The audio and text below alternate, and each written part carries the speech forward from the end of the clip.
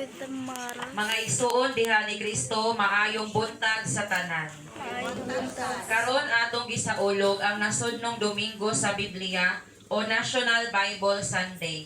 Subay sa tulo ka Presidential Proclamation, giauhag ang tanang lungsuranon sa Pilipinas, Katoliko man o dili Katoliko, sa pagbasa o pagtuon sa Biblia, kansang pagtulunan makatabang sa pag-umol sa espirituhanon ug moral nga kinabuhi sa tanang Pilipino.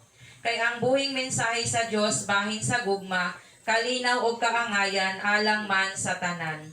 Sulod ning santos nga misa, pangayoon ta ang grasya sa makanunayong pagpuyo sa pulong sa Dios aron mahisama kita ni Kristo ug mahimong mga buhing saksi sa maayong balita alang sa kaluwasan sa tanang mga tao.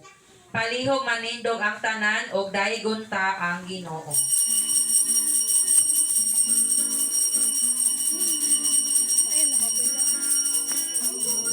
Sa kinabuhi nagpadaiya, daw simponya sa musika, usahay maluyahon, usahay malasigon, karon masulungon unya malipayon.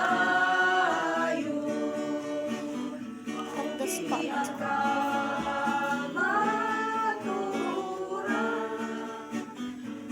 Kamaturan sa atong kinabuhi, kini ang muli sa kinabuhi, muli usab sa gugma, gugmang amin. Tungo tanan ninyo no, dili isa-isa. Mura man. Sa ngalan sa Mahal, ug sa Anak, ug sa Espiritu Santo. Amen. Ang Ginoo maanaa kaninyo. Manasab ka